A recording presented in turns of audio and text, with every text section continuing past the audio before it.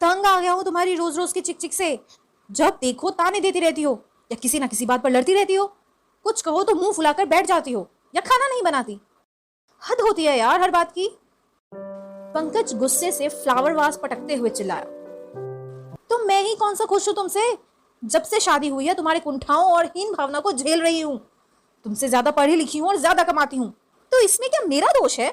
शादी से पहले तो ये सब तुम्हें मेरी क्वालिफिकेशन लगती थी, और अब तुम्हें इन्हीं बातों से कॉम्प्लेक्स होता है। तुम्हारा फॉल्स ईगो हमारे रिश्ते को कभी पनपने नहीं देगा। रेवती भी उतनी ही तीव्रता से चिल्लाई, हालांकि उसकी आंखें नम हो गई थी। वह उस दिन को कोस रही थी जब मम्मी पापा के कहने पर उसने पंकज से शादी करने की स्वीकृति दे दी। वह जानती थी कि उसका ज्यादा क्वालिफाई होना और ज्यादा कमाना, दोनों ही बातें एक दिन पंकज के मेल ईगो को हर्ट करेंगी और इससे उनके वैवाहिक रिश्ते पर आंच आ सकती है। पर पापा ने उसे समझाया था कि पंकज बहुत ही सुलझा हुआ और मैच्योर इंसान है। ऐसा कभी नहीं होगा। खाक मैच्योर और सुलझा हुआ इंसान है, रेवती ने सोचा। खुश नहीं हो तो क्यों रह रही हो मेरे साथ। किसने तुम्हें जबरदस्ती रोका हुआ है। तुम्हारी जैसी बददिमाग औरत के साथ रहना भी कौन चाहता है। जब से शादी हुई है मैं ही कौन सा खुश हूं। हर बात में अपनी चलाती हो, गुस्सा तो हमेशा नाक पर रखा होता है। मेरे घर वालों से ही कौन सा बहुत अच्छे से पेश आती हो। पंकज बोलते ही जा रहे थे। वैसे इस तरह की लड़ाई होना कोई नई बात नहीं थी।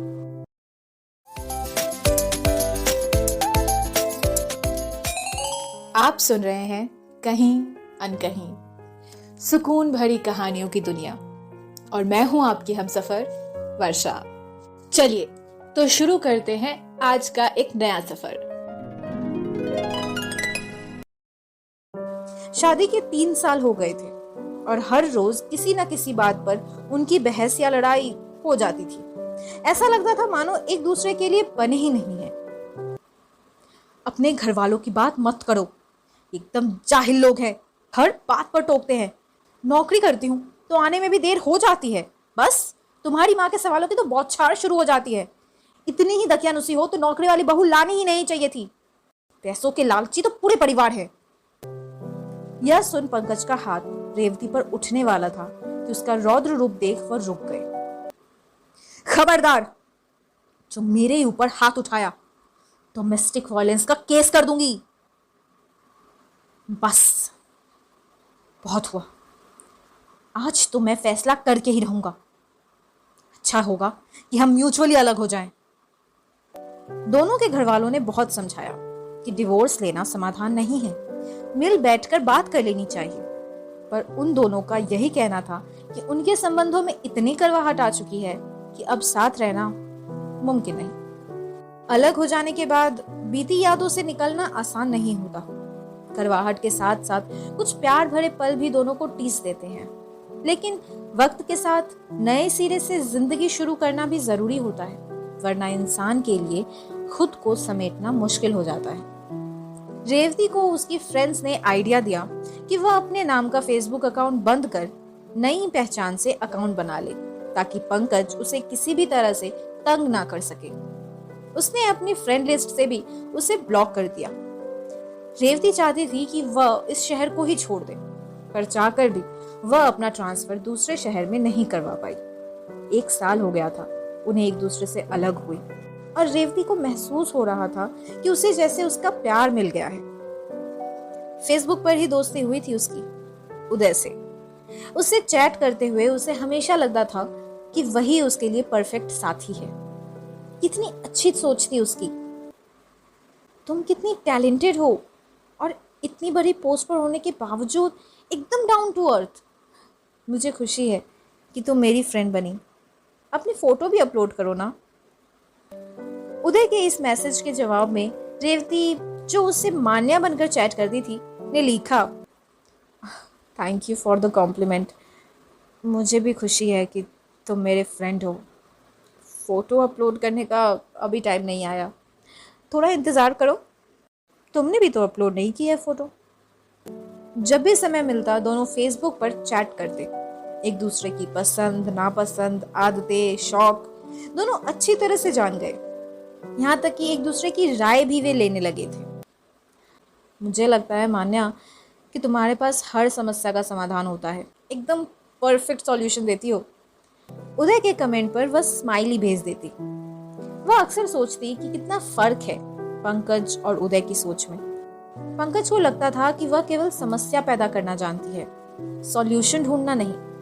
और उदय है कि उसे उसकी हर बात अच्छी लगती है।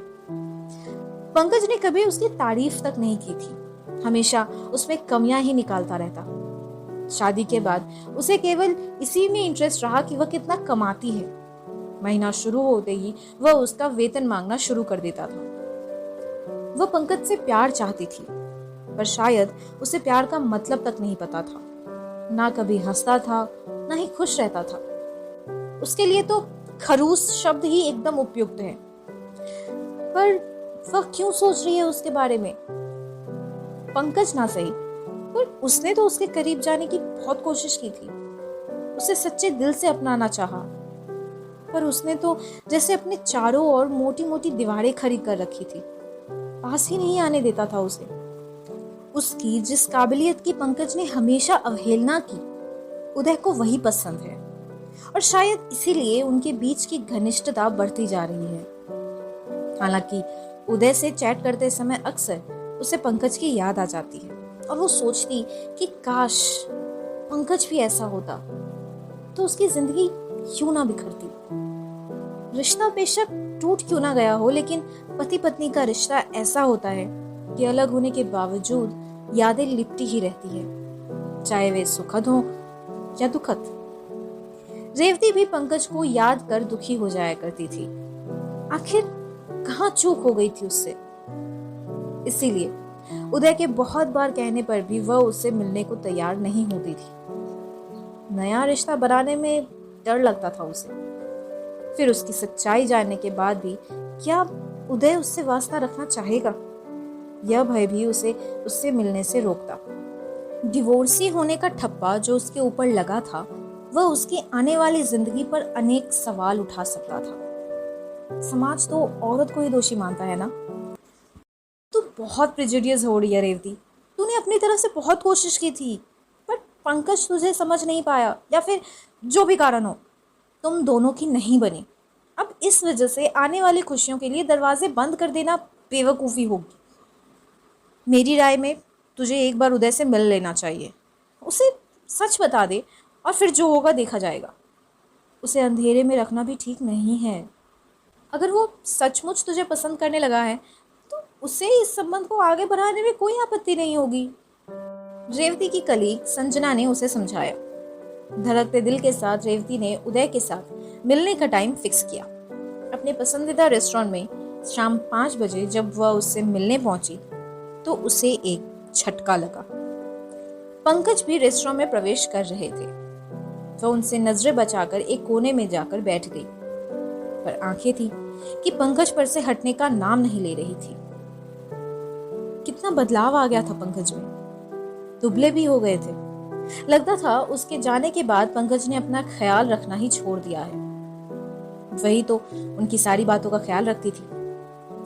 बहुत देर इंतजार करने के बाद भी जब उदय नहीं आया तो उसने फेसबुक पर उसे मैसेज भेजा, कब आओगे, बहुत देर से वेट कर रही हूँ। उसका तुरंत रिप्लाई आया, कब से बैठा हूँ रेस्टोरेंट में, तुम कहाँ हो? सबसे आखिर में कोने की सीट पर बैठी हूँ, नीले रंग का सूट पहना है। पंकज ने जैसे ही मुड़कर देखा तो रेवती की जैसे सांसें ही रुक गई। नहीं नहीं, ये नहीं हो सकता। पंकज उदय नहीं हो सकता। ऐसा होना कैसे संभव है रेवती? तुम मान्या हो? पंकज की आवाज में थरथराहट थी। और तुम उदय कैसे हो सकते हो? वो तो कितना मैच्योर प्रतीत हो रहा था। ये तो सरासर धोखा है। रेवती जाने के लिए उठ खड़ी हुई तो पंकज ने उसे रोका। रेवती, तुम्हारे जाने के बाद मुझे एहसास हुआ कि मैं कितना गलत था।